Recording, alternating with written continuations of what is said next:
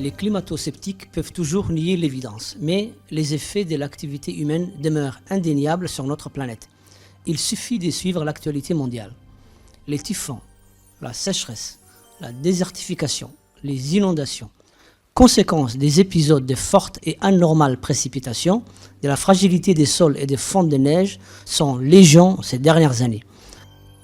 C'est pourquoi les politiques, les scientifiques, les intellectuels et les leaders de la société civile se concertent régulièrement dans le monde pour déterminer exactement les causes de tel ou tel phénomène, mais surtout de proposer une réponse globale pour répondre à ces défis, puisque ces phénomènes menacent la vie des millions de terriens et impacteront durablement la planète si les hommes ne changent pas leur mode de vie. L'Afrique de l'Est, à l'instar des autres régions du monde, est touchée par les catastrophes naturelles et la République de Djibouti souffre de plus en plus de sécheresse, de pénuries d'eau et de désertification. La plaine de Hanlé, située à 45 km de la ville de l'unité d'Ikil, est un de ces endroits qui a subi de plein fouet le changement climatique au détriment des pauvres nomades de la région. Il y a quelques décennies, cette région s'est caractérisée par l'abondance, l'exubérance et l'autosuffisance, et les anciens s'en souviennent encore. Hanlé signifie en langue afar un endroit qui a du lait en abondance. Avec ces images, le contraste est saisissant. Le sable s'amoncelle devant les salles de classe, la cantine et les jardins scolaires.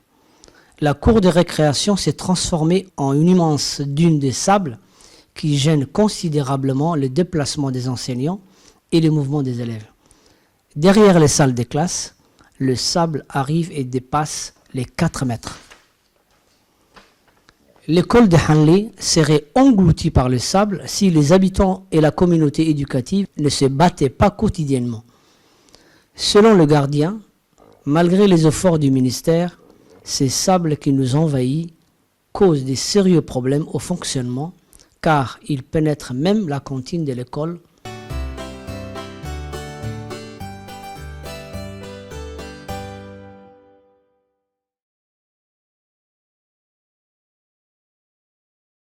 حل التجرسين نخنل معاه بماي إذا بعبنا حلتها مخبور جينا لين يسقولوا كلاس قد حلا كانتين على تابعني هاد حلا ساقو كلانا ما حرك بيمسوا حرك كلانا ما ساقو بيمسوا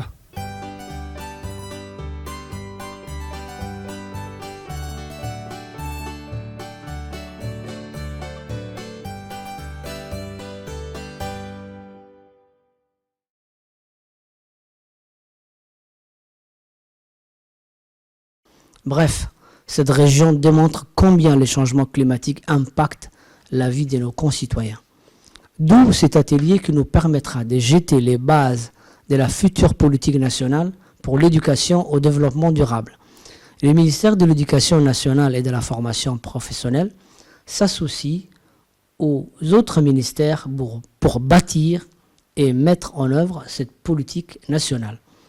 Certes, aujourd'hui, le monde va mal et nous devons être conscients des méfaits de nos actions sur la planète et agir en conséquence, mais il est primordial d'éduquer les générations à venir pour que notre planète aille mieux et qu'elle permette un monde durable et juste.